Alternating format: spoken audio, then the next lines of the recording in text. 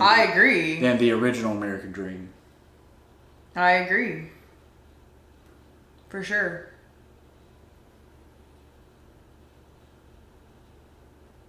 So then the question is, how do you become financially free? Watch all of our 872 episode podcasts that we've already done and them to come. All right, so we can let you know what to do. So basically, to become financially free, you have to invest in assets, right? Mm-hmm. It all boils down to asset investing. Okay. So what's the number one asset? Money. Knowledge. Money. I got money on my brain. I got money on my mind. Okay. What'd you say? Knowledge. Okay, yeah, knowledge. For sure. So you brought up money, but money is a currency. Mm-hmm. So right? Currency is one. So currency is not valuable unless it's spent. I thought silver was asset. It is. And gold? That's real money. That's not a currency.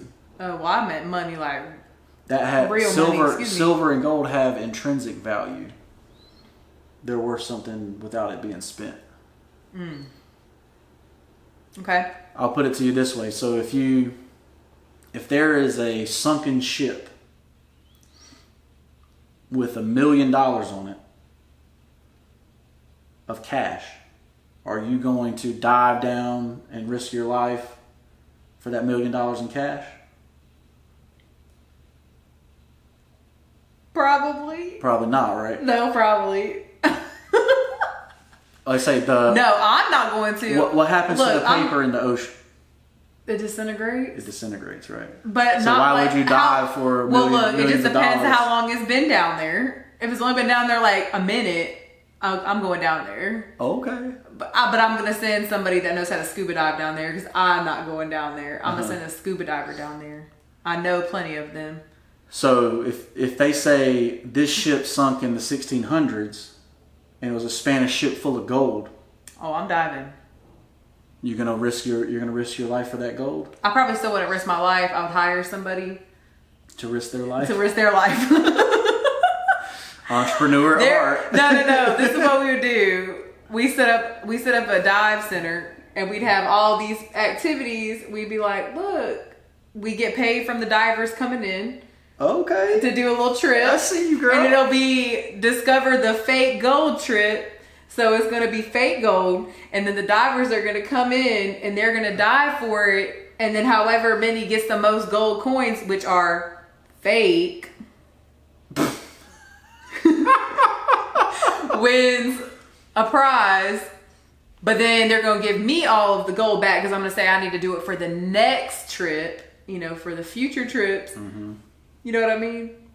Right. Thinking. It's called trickery. I see you. And then we're going to have to go. So, yeah. I think that we would just take a percentage of whatever they found. Like, hey, we're going to take you out here. You're going to pay us to take you. But you got to split whatever you find 50-50. Split? Yeah. So if you find the $1 million in gold, we're getting $500K. And we didn't risk our lives. All right, we'll split it. We'll split it. But I like my idea just a little bit better. Where we just tell them it's fake. You're not going to be dishonest about it. Like, we just tell them it's fake. Oh, yeah, that's fake gold. And it bends. What does that mean? If that's it bends, how you it's test fake? if it's gold. You bite it.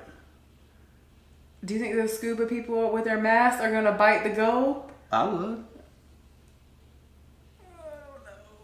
I don't know. But anyways, yeah. I get the point. It has intrinsic value. I just wanted to take it to another without being spent.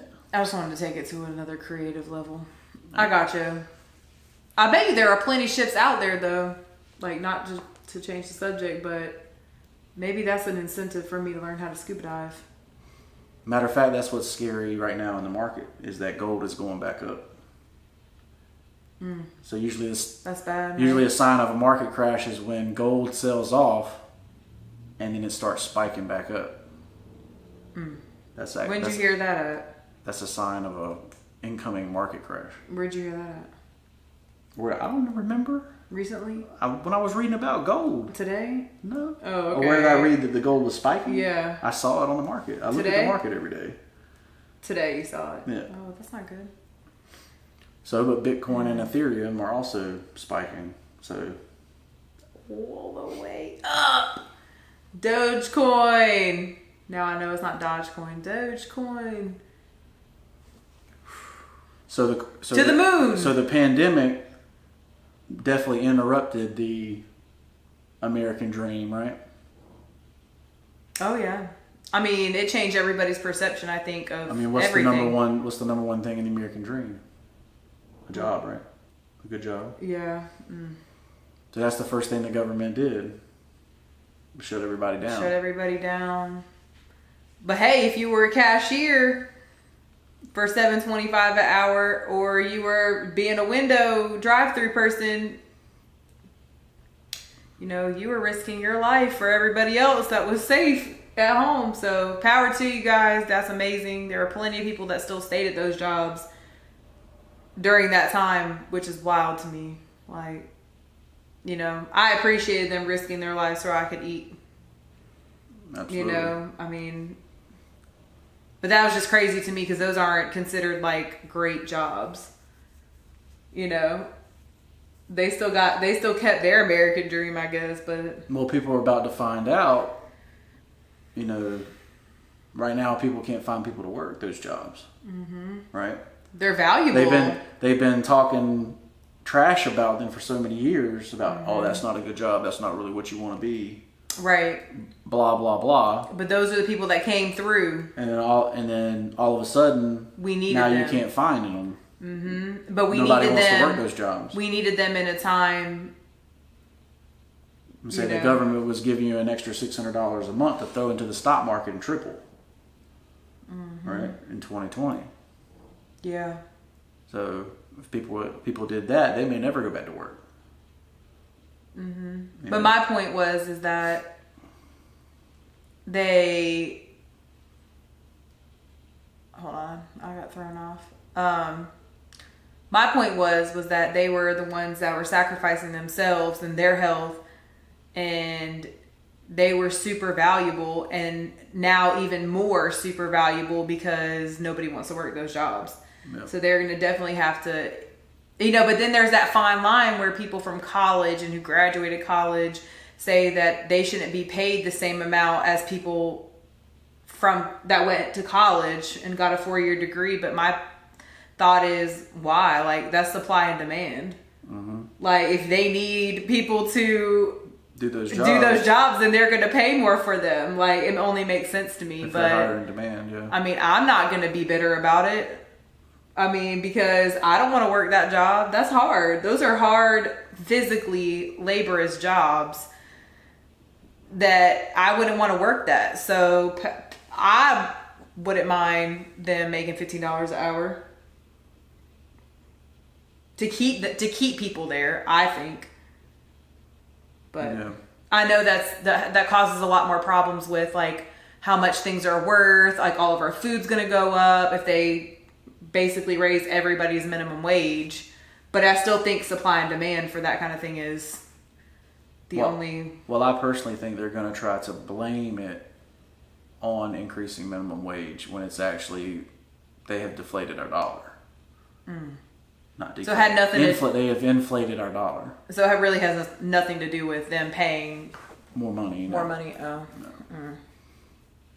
Let's say because every employee you have, if you have an employee that's you're paying $15 an hour, that means they're making you $150 an hour. Right. You know. Well, we've all been undervalued, I think, in general. Like, I mean, not like me personally, but as a worker, we've all been undervalued. Right. For years. Like, we've all been given a job. We've all had a job that required, basically they hired one person to do 12 people's jobs. And at least that's been like that since, as far as I can remember.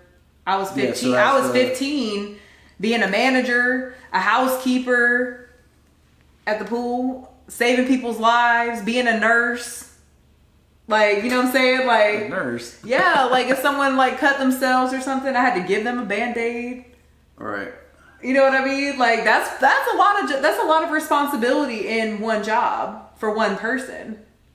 Scheduling. As the great generation retired, they put 2 people's jobs on the baby boomers, and then now as the baby boomers are retiring, they're putting 3 or 4 baby boomer jobs on one millennial. That's exactly what's happening. Or one zennial. Yep. Right. So I gotta move away from you. You're hot. Go ahead. So yeah, they're putting more jobs on one person. Yeah. And that also helps with technology as well. Technology's allowed that.